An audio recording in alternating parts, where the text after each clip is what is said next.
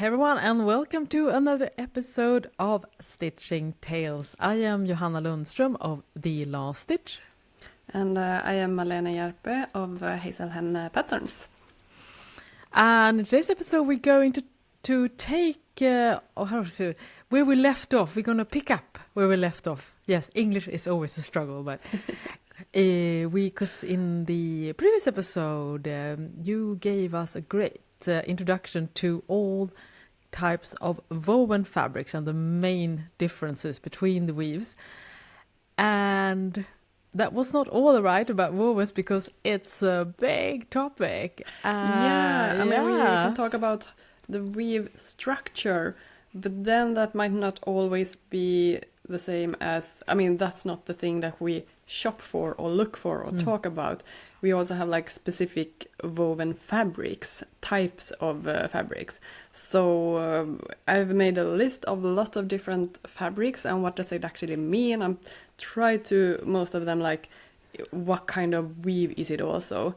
So it's going to be a little bit more helpful, fingers crossed, when you go fabric shopping online to know what you're looking for and to basically know what. So we talk about the same thing. And it can vary also a little bit regional names or so to say, like, so it's not like a set in stone list, but fingers crossed we're gonna cover most of it here. That's so great. You can see it's like the ultimate guide to actually shopping the proper right woven and to know what you're looking for, because as we touched upon in the previous episode, and if you haven't listened to that, I highly recommend you go back and check. We will list the name and the number of that episode, because just give you a little bit of a run through where you talked about three main weaves: plain weave, twill weave, and satin. Those were the main ones. Yes. But of course, there's lots of different sub-genres, subdivisions of all these. And I still find today, especially when which I do love to do, proud luxury shopping sites, I constantly see new names on woven fabric. I'm like, what's that? Is that like a novelty thing, or is it like something I didn't know?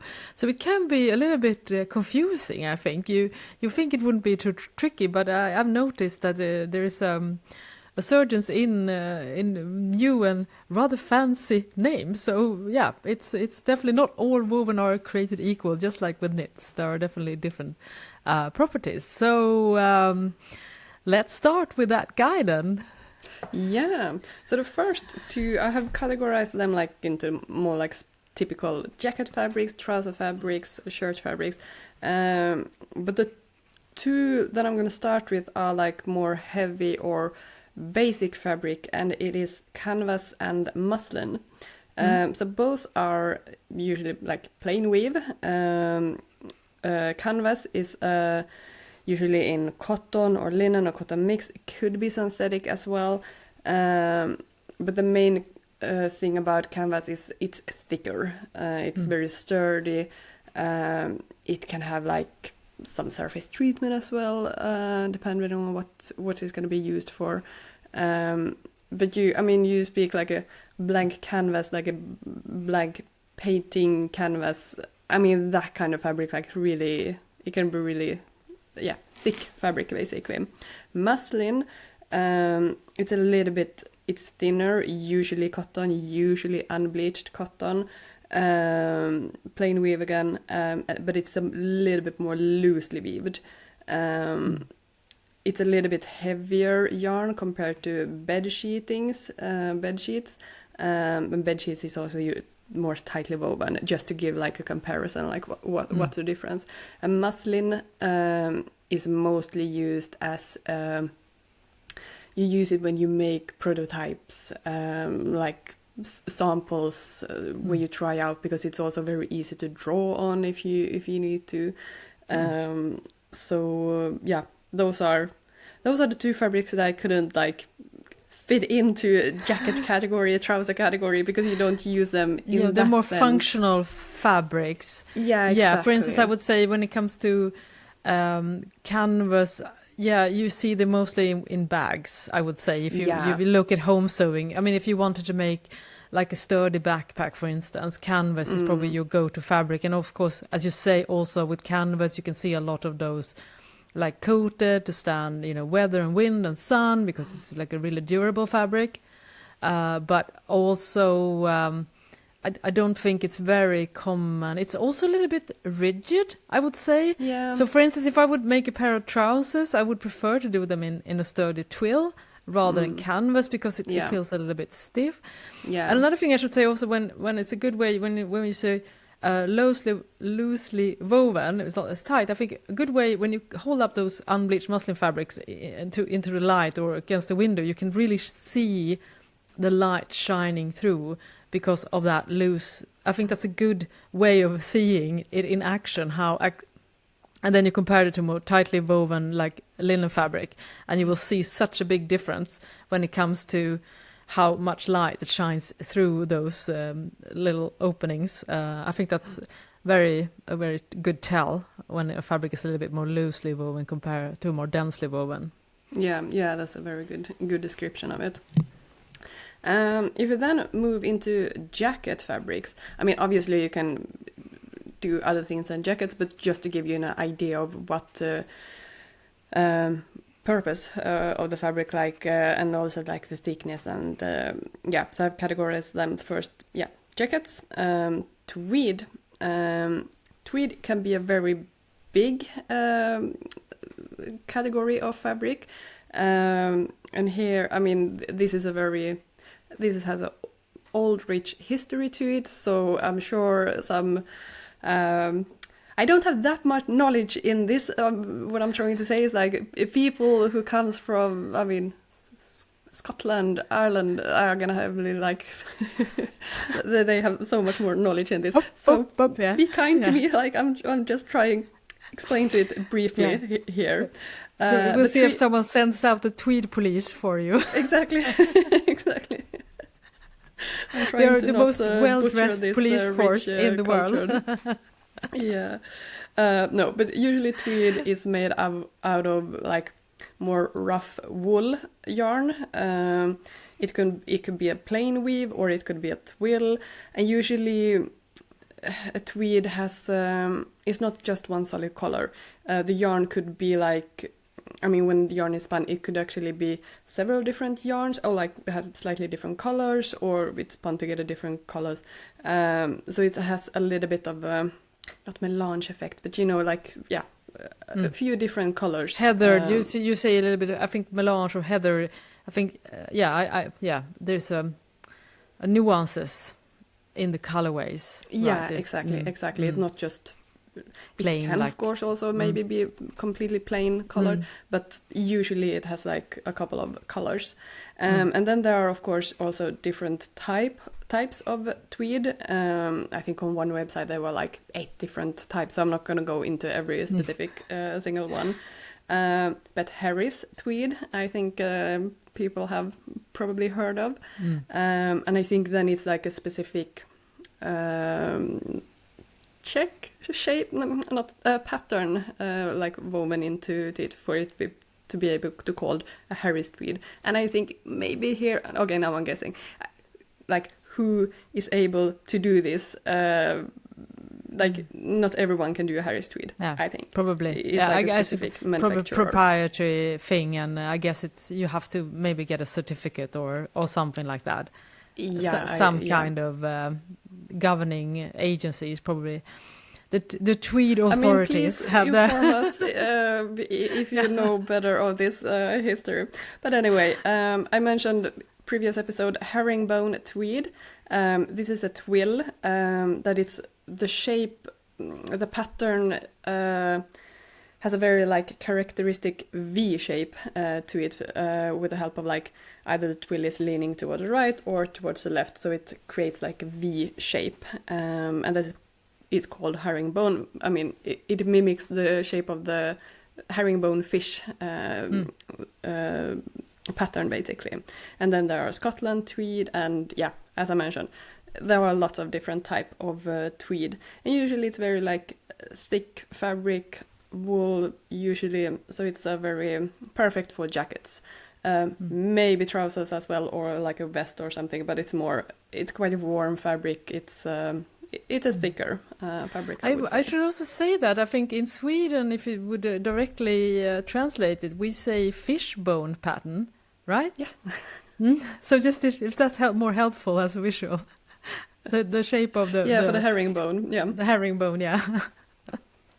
Yeah, we are very direct in our descriptions. Another type of jacket fabric that you can see is bouclé fabric. I'm not gonna.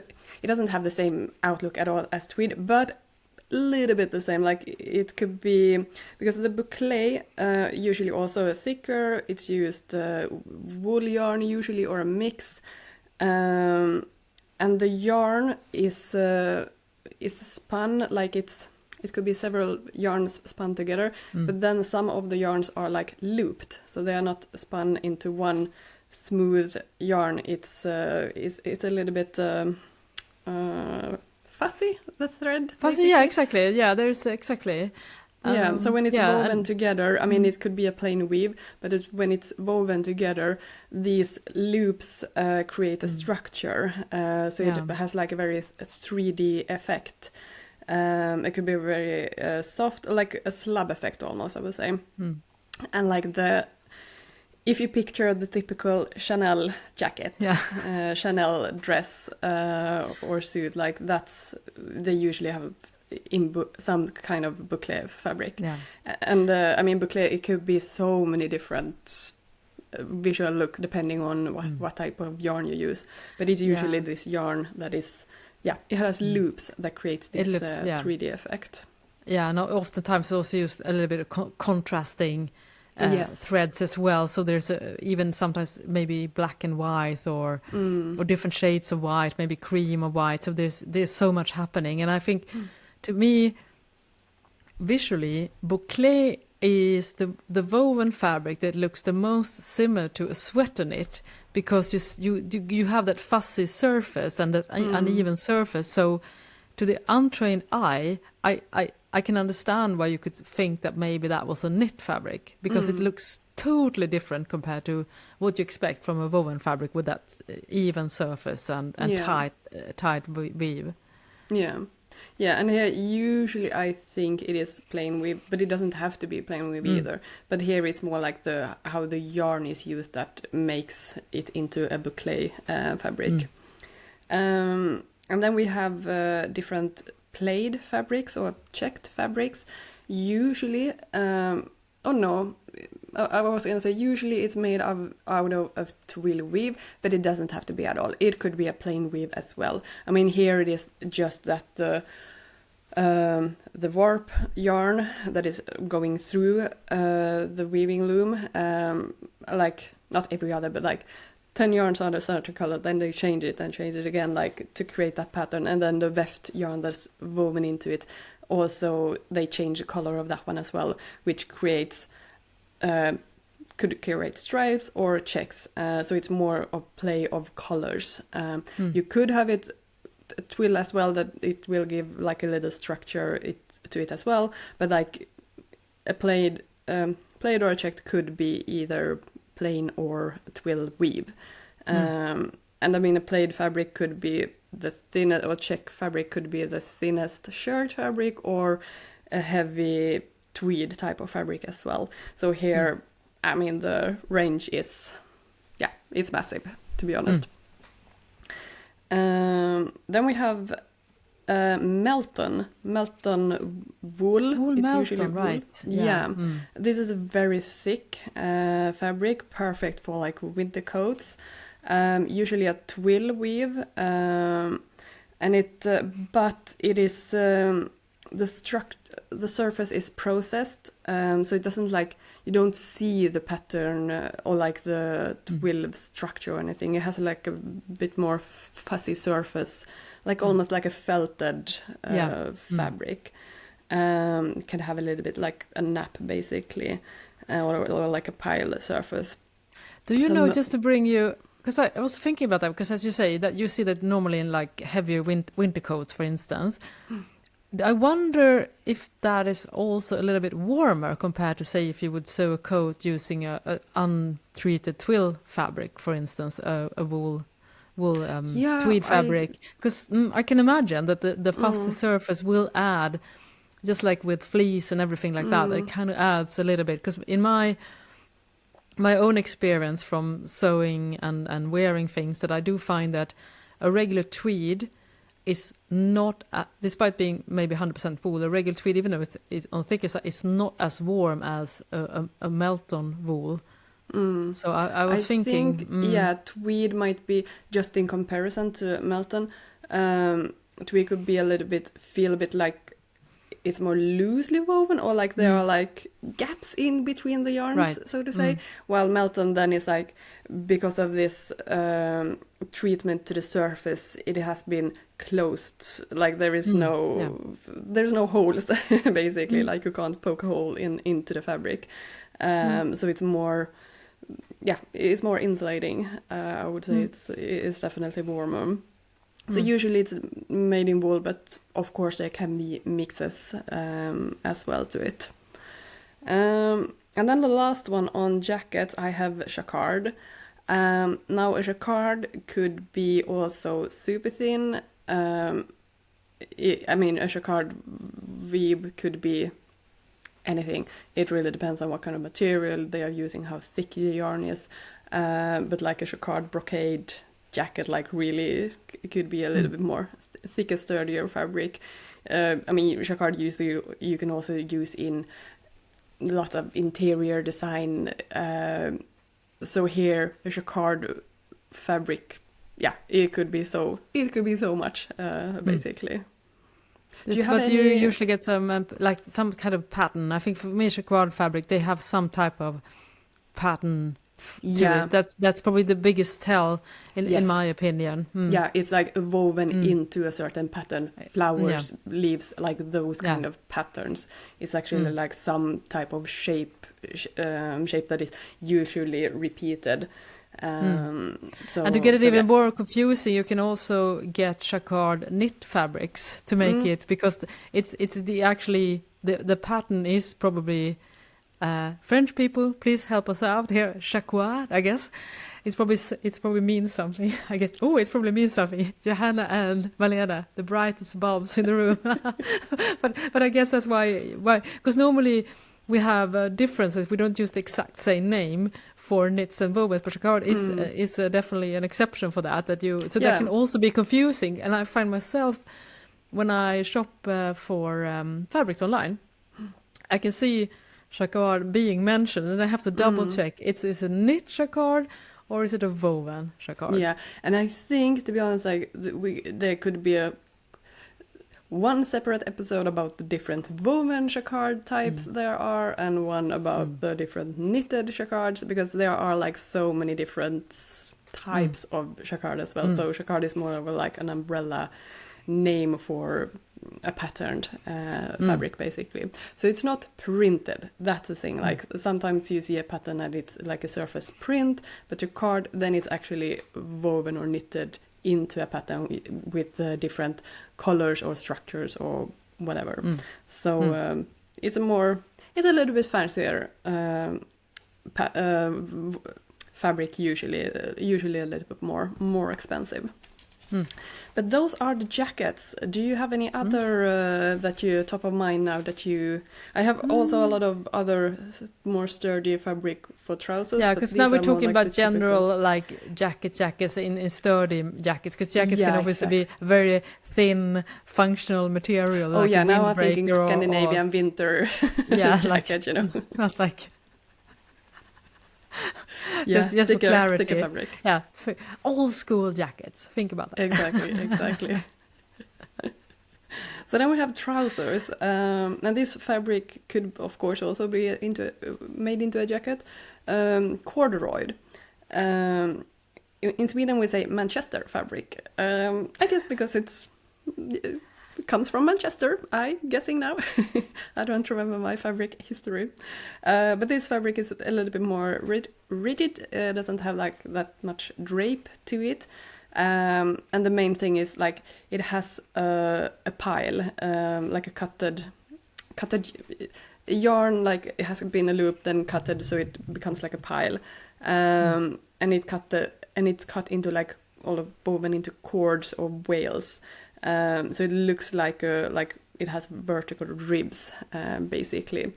I mean, this is like it has a 3D effect, and they could be small or they could be bigger ribs. It's very different because the baby corduroy is so smooth it almost is like velvet, and then you have this really broad corduroys which is basically very visible stripes with space spaced in between, and depending on fashion, there's always maybe, I think we call baby Manchester in Sweden, the thin and then baby corduroy. I guess I'm just curious again now with the language.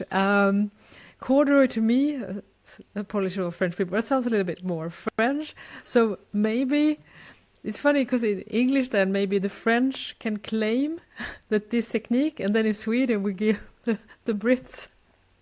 Yeah, we give the Manchester to me, corduroy, I don't know, sorry, I mean, I apologize, but that's why we have our Instagram account over at Stitching Tales Pod. Please clarify this, and apologies if we are not doing the proper credit here. Why we have sure these two very different words. They have different names as well, these different types of corduroy. So I'm just speaking in general, like what but it is. I'm just curious about why it's called corduroy in English and Manchester in Sweden, and if they're completely unrelated. Yeah, who knows? And here, since it does have like a pile nap, the direction of the fabric is very important to cut them in the same direction, because if you have the leg on a trousers and you shift one up and one down, it might, first of all, it might feel differently, but it also might look very differently because the light is hitting it in different ways. Yeah. And this is for, I mean, obviously velvet as well. So direction is super important here. Then the next one, maybe one of the biggest common fabric, a twill fabric. And as we have mentioned, like this is a type of weave, but it's also, you can say a twill fabric also for this type of fabric. Usually then it's a cotton, maybe it does have a little bit of stretch in it, like cotton elastan or something. And you see it is the diagonal stripe that is the characteristics of this fabric. The thickness might vary to very thick to thin, and usually, I mean, this is the most common if you have a 5-pocket trousers, but it's not like a jeans, then they are usually made in a twill, because they have a little bit more, they follow movement a little bit better compared to a plain knit or plain weave fabric. So yeah, twill is super common for trousers or like jackets or whatever. So it's a very common fabric. Could be mixes, of course, as well. Material mixes, so it doesn't have to just be in cotton. Yeah, and love me some twill. Love me some twill. I mean, as you say, also any type of pants. I mean, if I would do 100% cotton pant, for instance, I would always go for twill. I just love the hand of it, the durability, the look of it. It can look really nice and polished. I mean, it does grow a little bit. I mean, so you can get a little bit baggy in the knees and things like that when you wear it, but also gets so comfortable. I don't know, there's something about twill. It's just perfect for pants. Yeah. It's probably my number one favorite pick when it comes to fabric for pants, at least.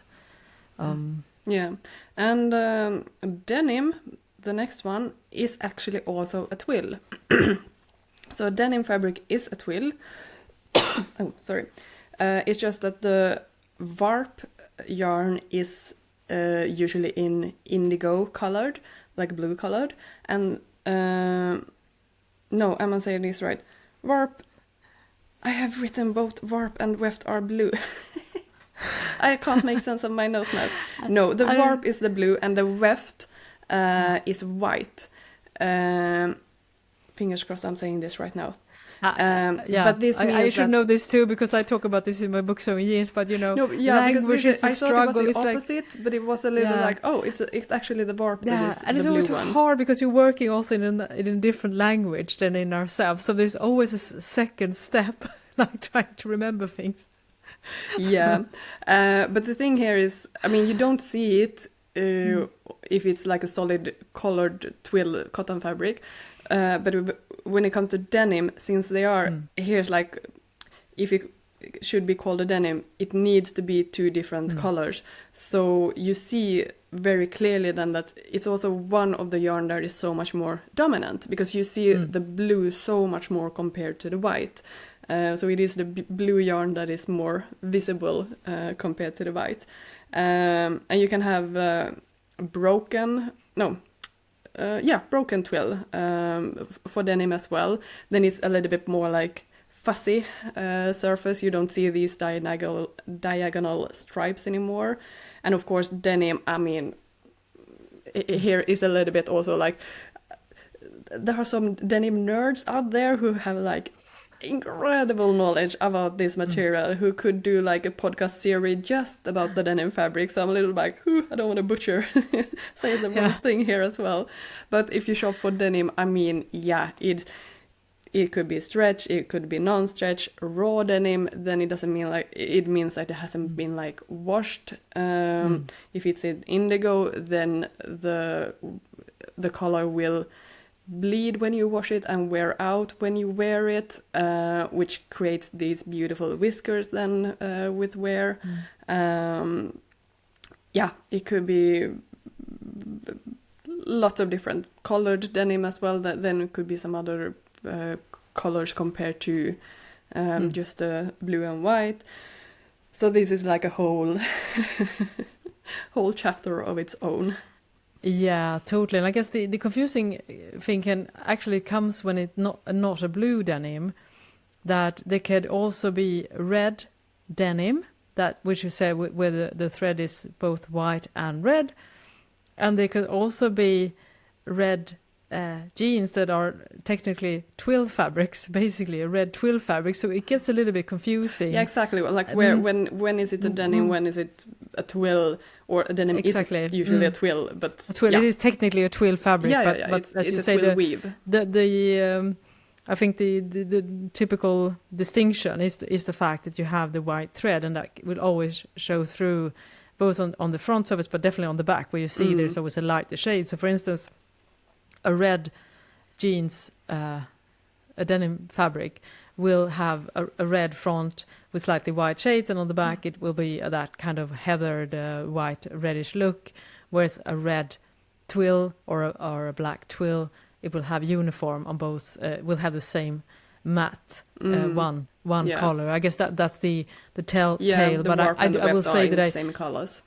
Yeah, but sometimes you will see they used interchangeable because when we're talking about different colors than blue, and I guess that's also because the jeans is also technically just a style of pants with 5 pockets and a yoke technically, or it doesn't even have to have a yoke or top stitching, which so you can basically sew a pair of jeans using twill fabric, and it will kind of look the same.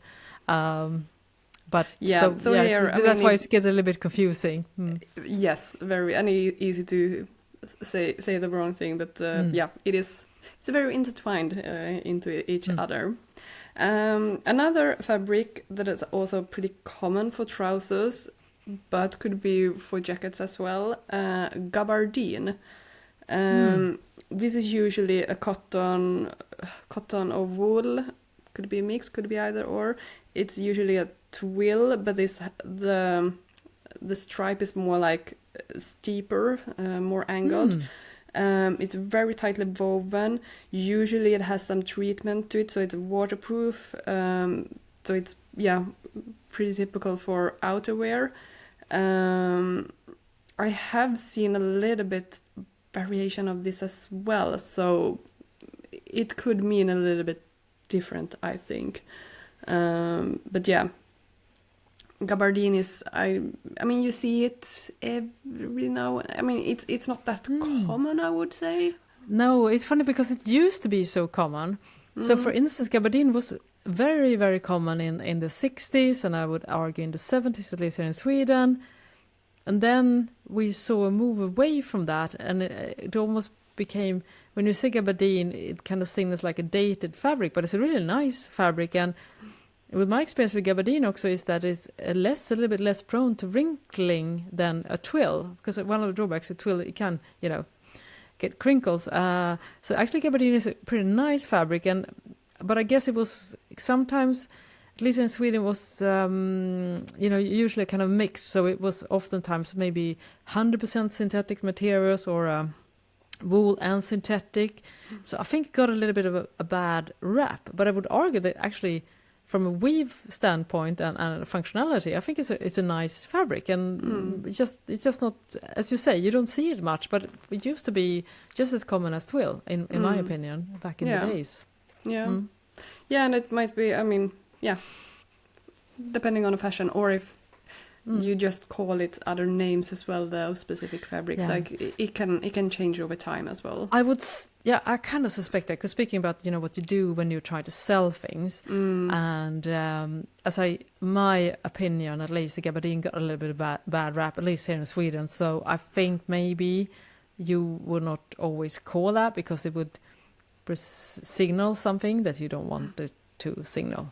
Yeah. Yeah, so those are the most common fabrics for trousers, or like heavier fabrics suited for trousers or jackets.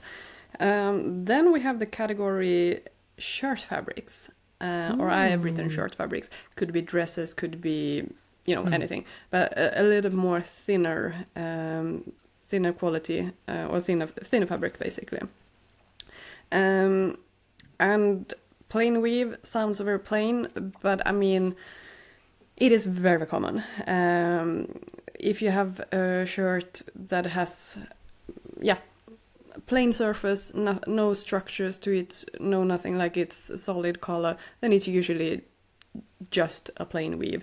But you usually don't, when you shop for fabric, you don't write plain weave to it. You usually have like a specific, if this is a quilting cotton, or for like the purpose of it, like, or if it's a sheet fabric, or if it's a shirt fabric, or whatever. So you usually kind of write the purpose. Then you can't just write plain weave and expect people to it can be called something like cotton shirting. I've seen a lot of that. And I guess you want to, in marketing terms, you want to avoid plain.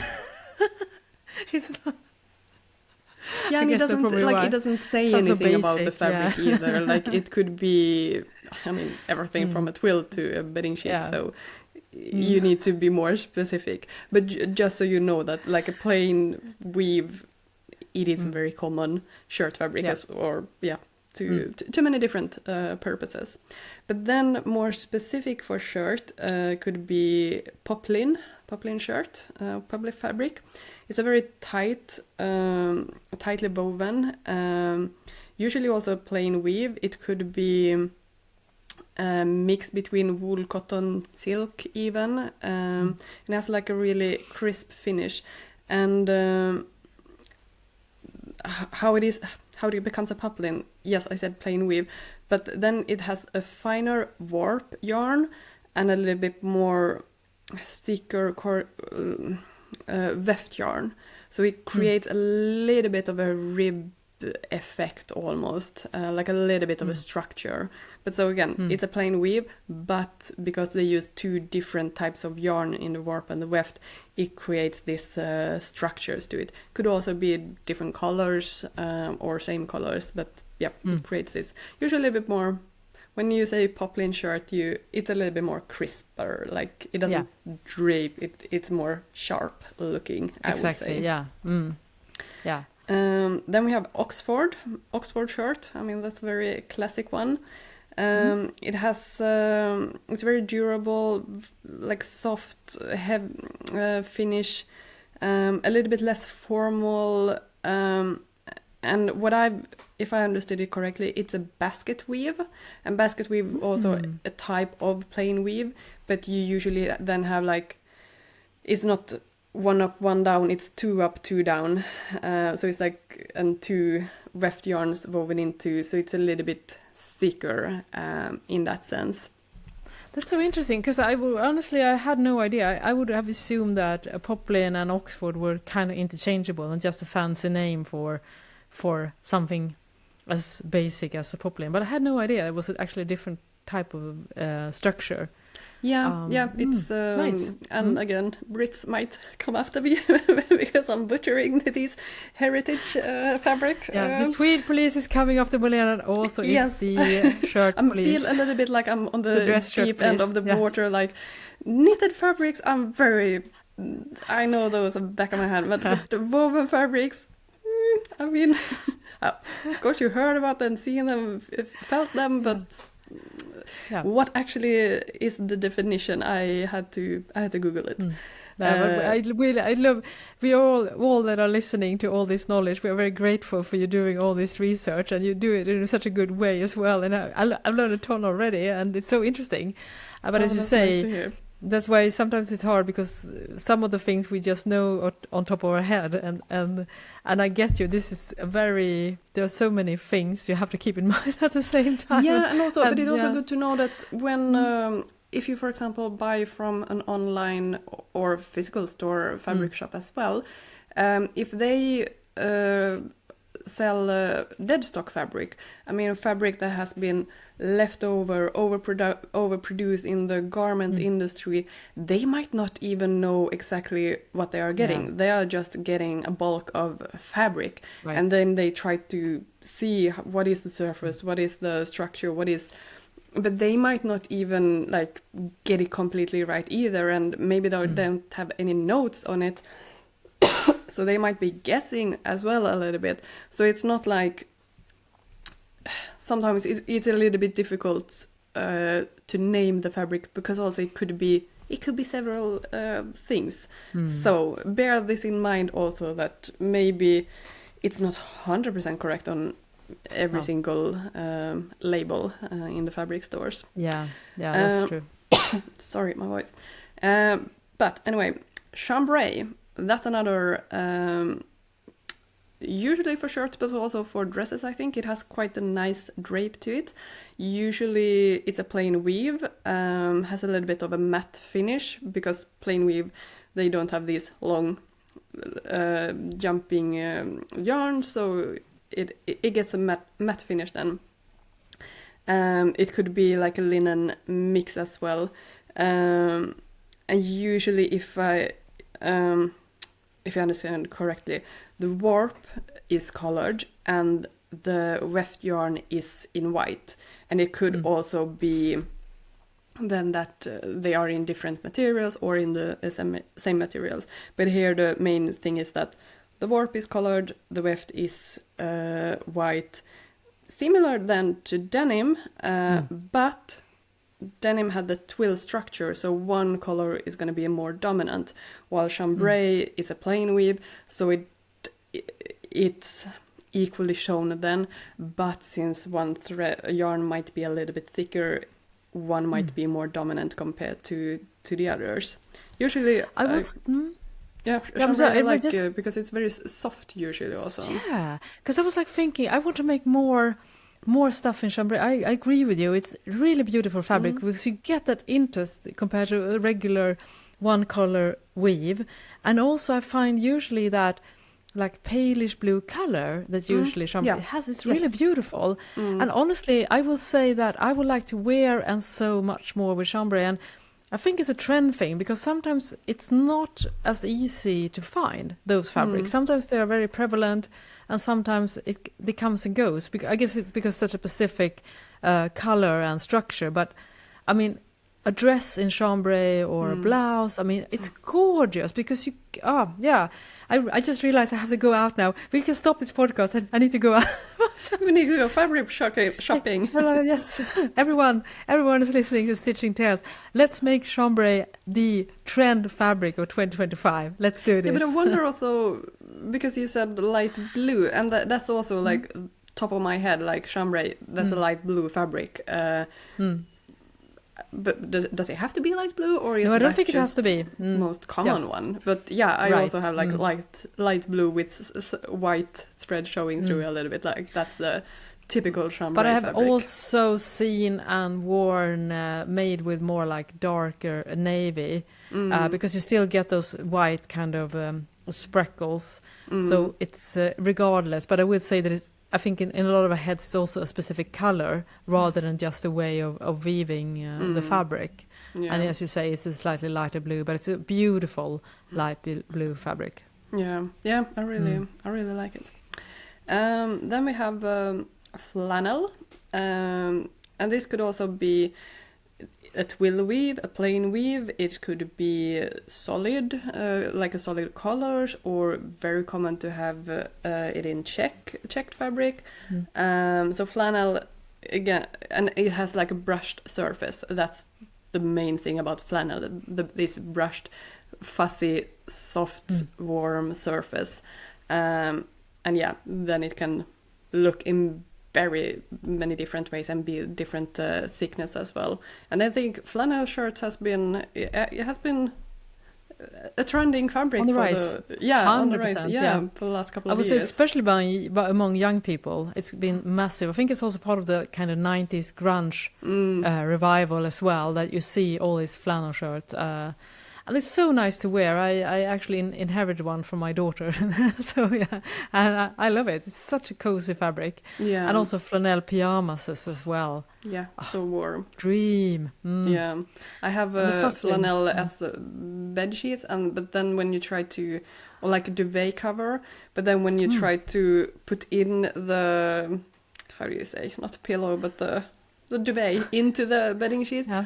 Oh my god, because the surface is fuzzy, is brushed, and to get those things to go, there is a reason why bedding sheets are usually a little bit more slippery. Yeah. It's So now let's elevate the flannel duvet covers and make it two-faced. Yes. So we have an outside is the cozy warm flannel, and then it's like a plain or a satin weave, so it just glides in. Exactly. Yeah, because they credit get us later. stuck otherwise. Yeah, we're gonna be billionaires. Because I love it's so warm now in the when it's starting to get cold to have a flannel I need bedding to sheet. get some, because I had no idea that was a thing, and now I also, just like I realized I need to get me some chambray fabric, I realized I would really like to sleep in flannel sheets. Yeah, it is so comfortable and warm, and yeah, great for winter garment as well. And obviously flannel, you can make a jacket out of it if it's really thick as well. So it really depends on the thickness of the fabric, what purpose you can use it for. But it's such a nice fabric. The next one, a little bit the opposite of flannel, seersucker. Which is a little bit funny name, but this is more summer fabric. This is going to be try to say this in Swedish. Every non-Swedish listeners, bäckebölja. That's bäckebölja. That's also weird. It's a very strange name. But yeah, seersucker is weird too. Yeah. Yeah, and here again, listeners, correct me if I'm wrong, but. If tweed and those kind of fabrics had more of a history from Ireland, Scotland, Great Britain, basically, seersucker is more US dominant. Would you say that? I had no idea, because to me it's you see it much more in I guess especially with bed sheets, you see it more in other countries, but I would say that if you look to vintage fashion in Sweden, I would say that a lot of summer dresses were made of seersucker in the 50s in particular. Yeah, but you don't see it as much. When I Google, there are more rules when you can wear seersucker, because it is a little bit more not laid back, casual. It's a little bit more casual look to it. So I'm going to that's say why that you can't wear it after or before. I don't know. Yeah, there's a white after Labor Day or something like that. I don't know. There's a rule. We don't have those in Sweden, I think. No, so yeah, any that US sounds listener, like, tracks. please enlighten us. It would be so much fun to know. But the reason, so seersucker, if you don't know what kind of fabric that is, it has basically a 3D structure wave into it, and it like crinkled almost. Like some stripes in the fabric are smooth and some stripes are crinkled. It could be the same color, it's just that the structures are like striped, usually in cotton. And this is because when you weave it, you have different tension in the warp yarn. So some are really, really tight and some are a little bit loose. And then when you weave it and you wash it, some of them shrink up, or like they, how do you say? They become a little bit more like their natural tension, which means some becomes wavy and some becomes smooth then. I don't know if I think I remember my teachers telling me about this, that you again, I don't know if I'm lying now or not, but you could get this effect also with different materials. Like, for example, if you have a cotton mixed with some cotton warp and some synthetic polyester fiber yarn, they will shrink differently then. So you get the same effect then. Yeah. So that's also one way of getting this crinkle effect. Because this is a very expensive way. Seersucker can be a really expensive fabric because, I mean, it must be, I don't know how to like get different tension in different warp yarns. Yeah, you probably have to set up your machine in a very specific way, and maybe get specific machines because they don't work the way a normal weaving loom would do, I guess. Exactly. So I think this synthetic cotton mix is a cheaper option then. I would say, I mean, hands down, seersucker is probably one of my favorite fabrics because it's incredibly soft. When you cotton seersucker, you never have to iron it, and you can wash it, and the crinkles are beautiful.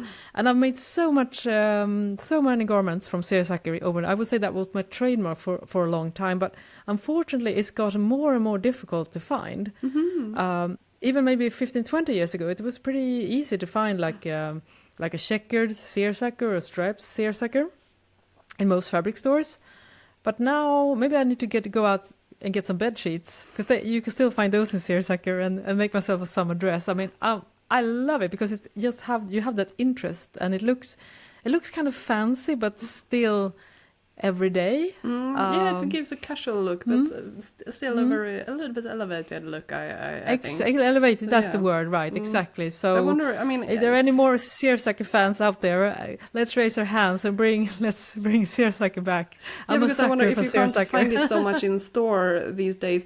Again, it has maybe not been on the trend, and I mean, obviously, anything you see in the fabric store is reflecting on what it's trending or not. So maybe seersucker has been a little bit forgotten.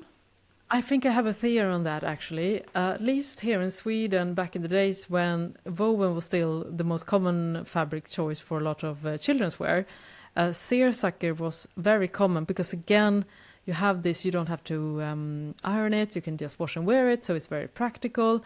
And then, because, I mean, I would argue that 99% of all children's clothes now are, for smaller children at least, are made out of knit fabrics.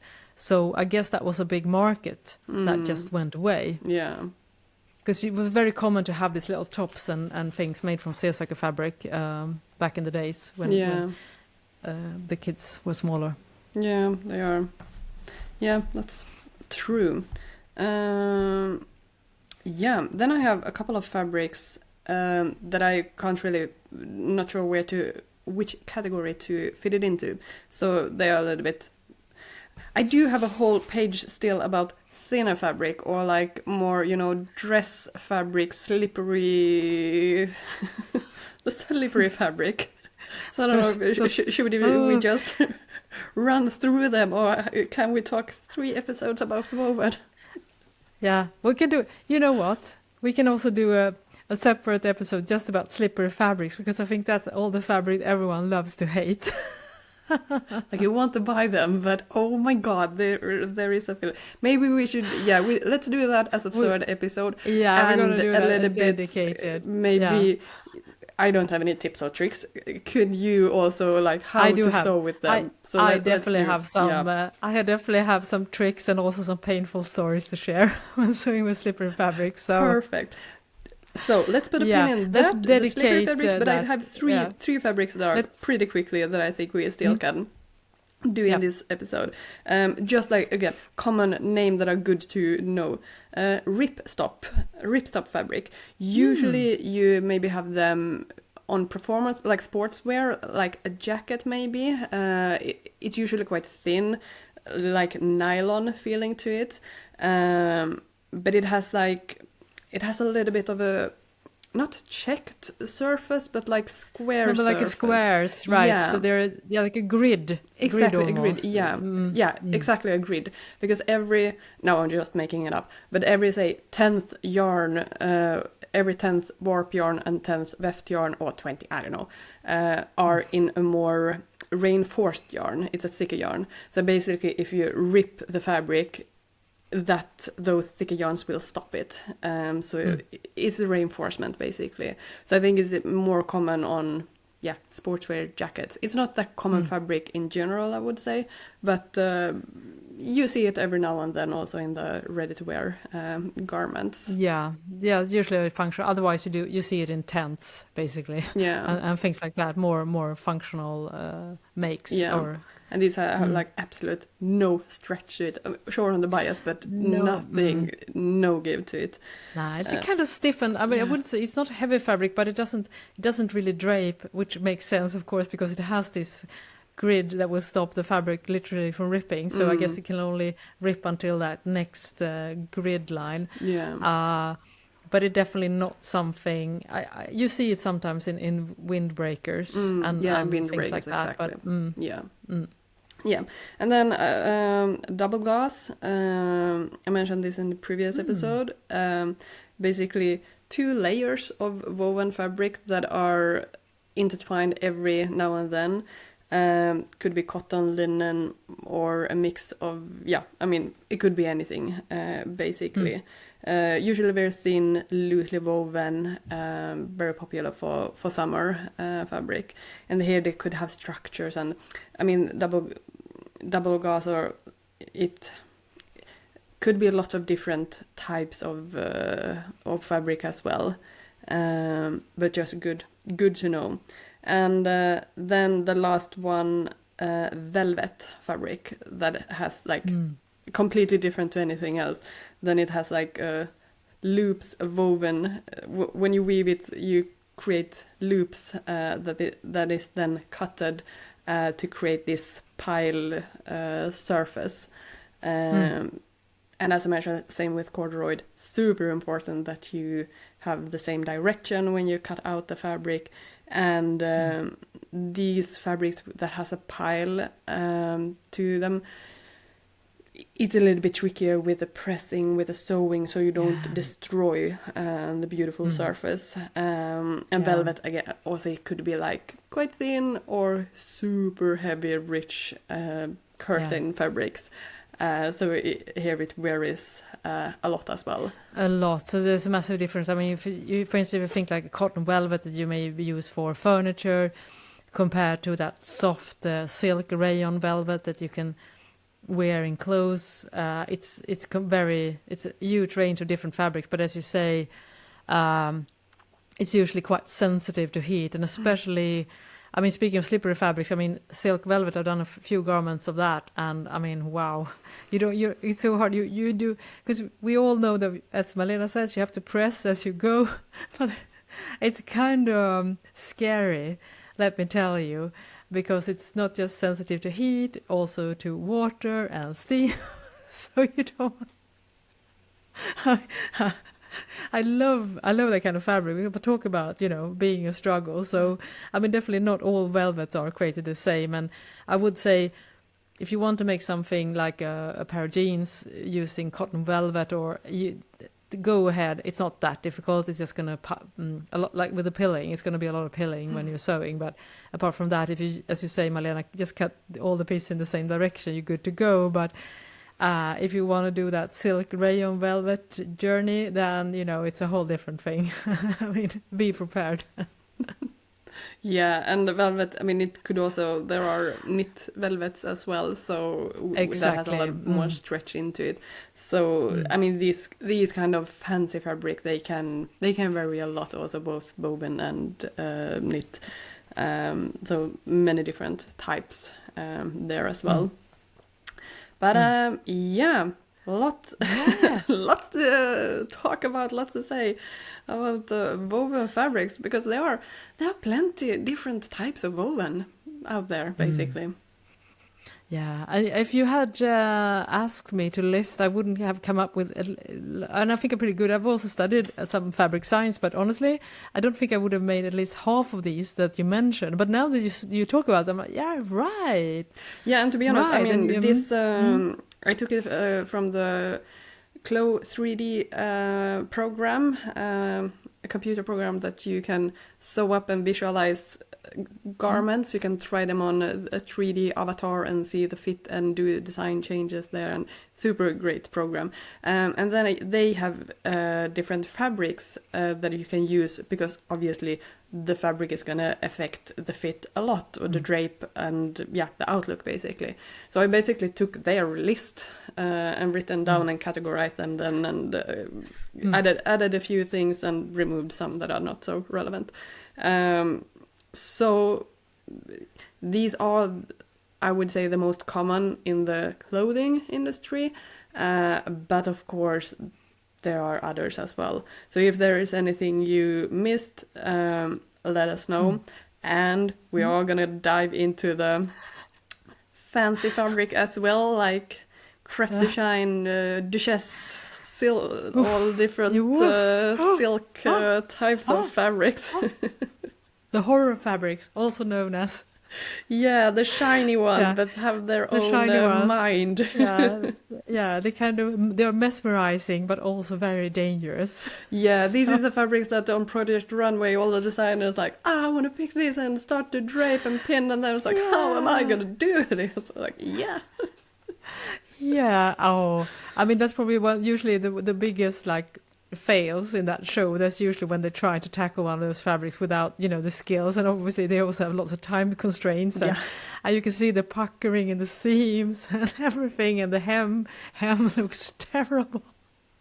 And then it kind of feels good, because it's so good to know. I mean, obviously these people are quite young in the business, and they're usually primarily designers and not sewers, but it's also kind of comforting to see that they are indeed struggling with this kind of fabrics. Yes. So it's definitely but I love talking about them, and so I look forward to doing another deep dive, and I'm sure a lot of people want to know more about those things, and yes, why we are a little bit thorn about or them. What to avoid, maybe.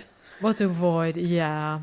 And I will say also, just to give a bit of encouragement, because I will think that you can, if you understand the properties of those fabrics, you will also be able to come up with a nice looking garment. I think one of the mistakes that you see in Project Runaway and other is that they don't understand that this is kind of fabric that you perhaps should avoid having too many seams on. For instance, you should go for a more simple style with easier finishing. So it's a lot of those things as well when it comes to slippery, tricky fabrics. Absolutely. Yeah, you have to choose the right project for that specific fabric, definitely.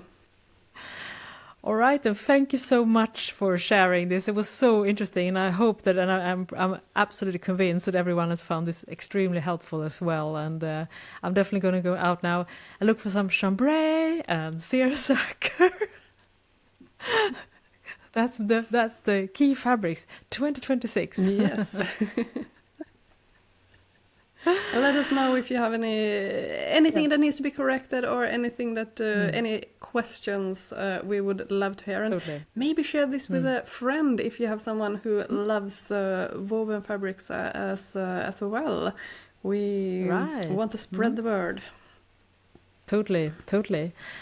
All right then. Well, thank you so much for taking this journey along us, speaking about woven fabrics. I am Johanna Lundström. And I am Malena Hjerpe. Bye bye.